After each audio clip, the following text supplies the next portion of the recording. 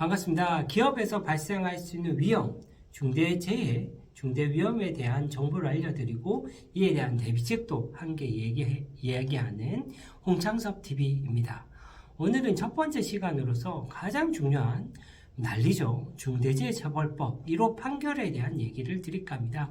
제가 법학을 전공했었고, 그리고 사법고시도 준비했었고, 함께 이제 변호사님들과 함께 많은 일을 하고 있는데, 그래서 중대재해처벌법이 처음 나왔을 때부터 굉장히 관심을 가지고 공부를 많이 했었던 것 같습니다. 그래서 이 판결이 처음으로 이제 1호 판결이 나왔을 때 어떤 건지 한번 살펴보았고, 여기에 대한 얘기를 드릴까 하는데, 어떤 분은 이 판결을 보고 이제 형이 강하다, 어떤 경하다 이렇게 얘기를 하는데, 제가 봤을 때는 첫 판결치고는 굉장히 생각보다 높지 않나. 이 판결이 굉장히 의미가 있다고 생각이 되는데, 이어서 한번 구체적으로 살펴보겠습니다.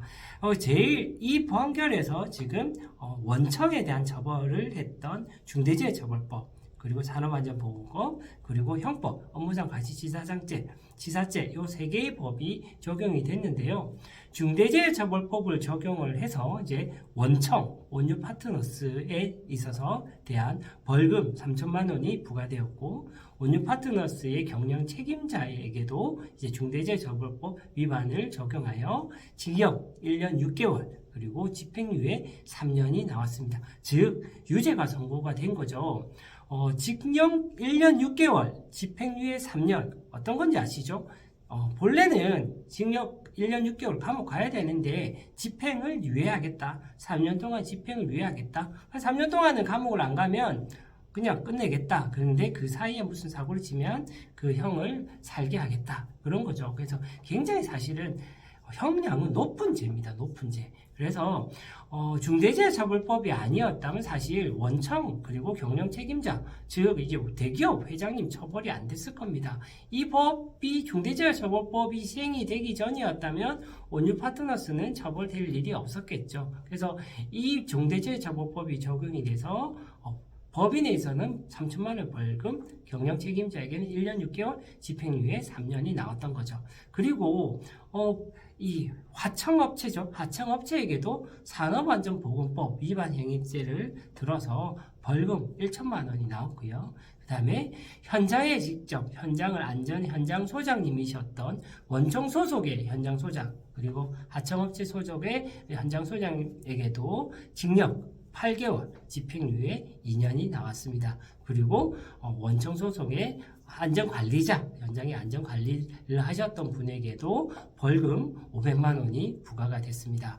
어떠신가요? 중대재해처벌법이 생각보다 약하게 나온다? 이런 생각이 드시나요? 아니면 과하다 생각이 드시나요?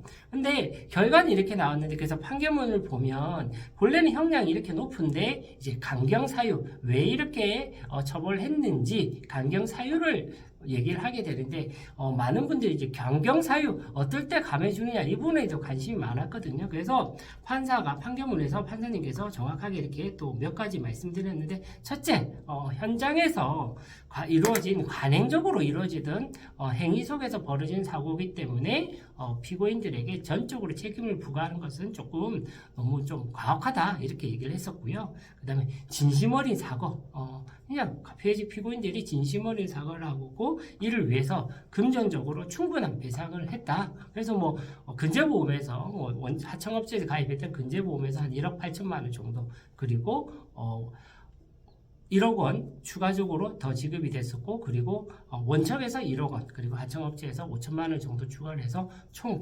피해자분들에게 3억 3천만 원 이상의 돈이 지급이 됐습니다. 그래서 이를 통해서 합의가 잘 됐겠죠. 이렇게 받고 합의가 잘 돼서 이제 피해자 측에서도 처벌을 원치 않는다는 이제 그런 의사를 표시를 했었기 때문에 진심 어린 사과, 그리고 충분한 손해배상, 그리고 피해자가 처벌을 권하지 않는 사유 등으로 인해서 또 강경이 이루어졌습니다. 그리고 업체 측에서도 원유 파트너스 측에서도 향후 재발 방지를 위한 안전보호관리 체계를 구축하겠다. 자신의 이런 일을 발생하지 않도록 최선을 다하겠다는 이제 계획서를 제출한 것도 이제 강경 사유가 됐었고, 그다음에 항상 얘기하는 동종 예전에 이제 이런 사고가 났던 경험이 없었고 이제 뭐 해당자 피고인들도 동종의 전과도 없었기 때문에 강경을 하겠다. 그리고 뭐 사회적 지위나 등등을 봤을 때도 이 정도 처벌하는 게 합리적인 것 같다 해서 등등의 강경 사유를 가지고 이렇게 최종적으로 아까 말씀드렸던 그런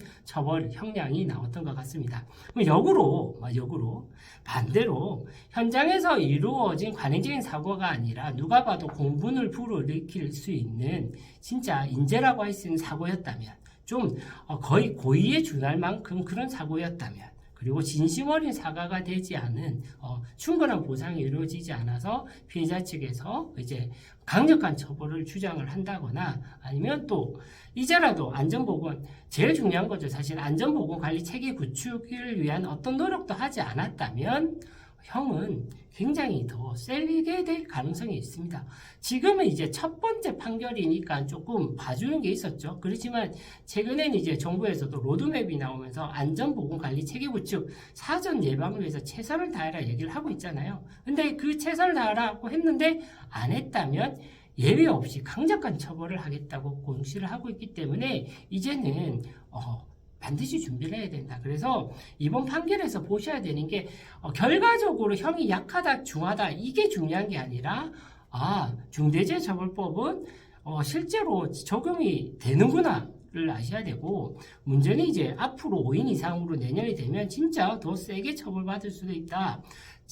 자칫하다가는 중대재해처벌법, 산업안전보건법, 형사상 이제 업무상 과실치사죄까지 세 개를 독합적으로 실체적 경합을 해서 다 합쳐서 처벌을 받을 수도 있는 가능성이 있다. 이런 걸 보셔서 이제는 안전에 대한 철저한 대비. 이제 뭐 안전을 안 지키고는 일을 할 수가 없다. 사업을 할 수가 없다는 걸 유념하셔야 되고 그래도 혹시 모르니까 여기서 이번 판결에서 요했던 강경사유 잘 하셔서 충분한 합의가 가능할 수 있도록 합의금에 대한 준비 거기에 대한 시스템 만들어 놓으시고 보험이죠. 아무래도 보험을 좀 준비해 놓으시는 것도 안전할 것 같고 사전 예방, 사고 발생하지 않도록 안전관리보건체제, 안전보건체제도 구축해 놓으시고 하는 것 되게 중요한 것 같죠. 그리고 그래야 사실은 제일 중요한 예방체제 제일 중요하고요. 그 다음에 그런 게 제일 중요한 것 같습니다. 다음 시간에는 그래서 중대재해처벌법 관련된 보험도 얘기를 한번 드릴 텐데 오늘 첫 시간이라서 오랜만에 찍은 좀 낯설었지만 다음 시간에 또 뵙겠습니다. 감사합니다.